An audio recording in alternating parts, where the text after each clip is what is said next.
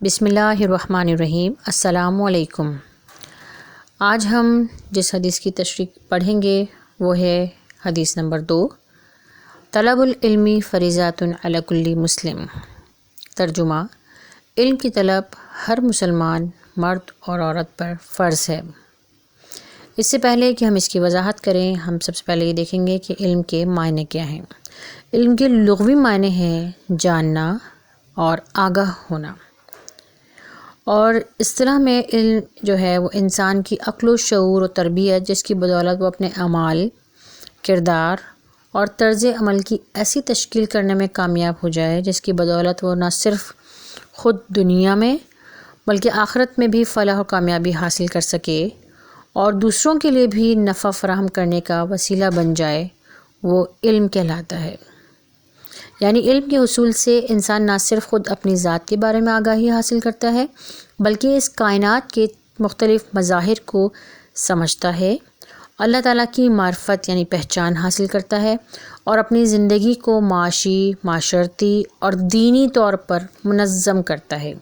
یعنی معاشی طور پر بھی، معاشرتی طور پر بھی اور دینی طور پر بھی اگر منظم کر لیتا ہے، بیلنس کر لیتا ہے، تو اس کا مطلب یہ ہوتا ہے کہ اس نے جان لیا، اس نے آگاہی حاصل کر لی۔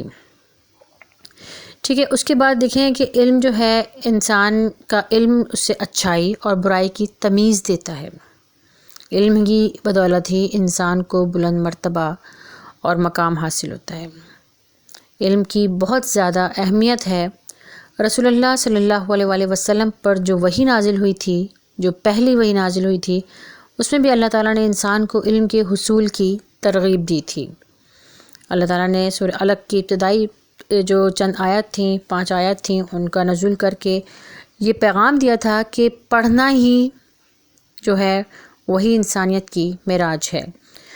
سورہ علق کی ابتدائی 5 آیات کا ترجمہ ہے کہ اپنے پروردگار کا نام لے کے پڑھیے، جس نے پیدا کیا، جس نے انسان کو خون کی پھٹکی سے بنایا۔ پڑھیے اور آپ کا پروردگار بڑا کریم ہے، جس نے قلم کے ذریعے علم سکھایا اور انسان کو وہ باتیں سکھائیں جس کا اس کو علم نہیں تھا۔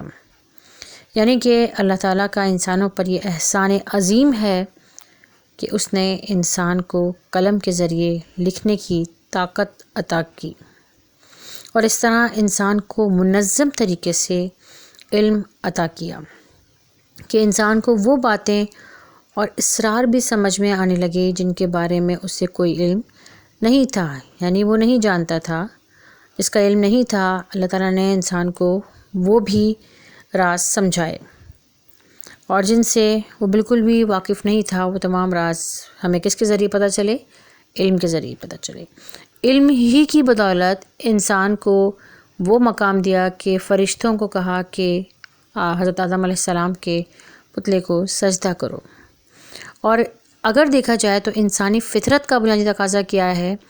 انسانی فطرت کا بنیادی تقاضا بھی یہی ہے کہ انسان کو اپنی ذات کے بارے میں اور اس کائنات کے بارے میں ہر اچھی اور بری بات کا علم ہو، کیونکہ اس کے بغیر نہ تو انسان دنیا میں ترقی کر سکتا ہے اور نہ ہی اپنے خالق اور مالک کا قرب حاصل کر سکتا ہے، نہ ہی اس کے قریب ہو سکتا ہے۔ اور انسان کی اسی بنیادی ضرورت کے پیش نظر حضور اکرم صلی اللہ علیہ وآلہ وسلم نے اس حدیث کو یعنی کہ اس حدیث میں علم کا حاصل کرنا ہر مسلمان کے لیے، اور مرد چاہے وہ مرد ہو چاہے وہ عورت ہو، فرض قرار دے دیا ہے۔ ٹھیک ہے، اور علم کا ایک فائدہ یہ بھی ہے کہ اس کے ذریعے انسان اپنا مقام پہچانتا ہے، اللہ کی طرف سے عائد کردہ فرائض جانتا ہے، اس کو اپنے حقوق کے بارے میں آگاہی ہوتی ہے، اس کو اپنے فرائض کے بارے میں آگاہی ہوتی ہے، اور اس کو اس بات کا شعور ہوتا ہے کہ قیامت کے دن اللہ تعالیٰ کے سامنے، اللہ تعالیٰ کی عدالت میں اس نے اپنے فرائض اور اپنی ذمہ داریوں کے متعلق جواب دہ ہونا ہے۔ اس لیے ہر نیکی اور گناہ کا، ہر اچھائی کا، برائی کا علم حاصل کرنا ضروری ہے، تبھی ہم اس دنیا میں بھی کامیاب ہو سکتے ہیں اور آخرت میں اللہ تعالیٰ کی عدالت میں بھی سرخرو ہو سکتے ہیں۔ ٹھیک ہے، تو یہ تھی اس کی تشریح، اس کی وضاحت۔ انشاءاللہ اگلے لیکچر کے ساتھ پھر حاضر ہوں گے۔ اللہ حافظ۔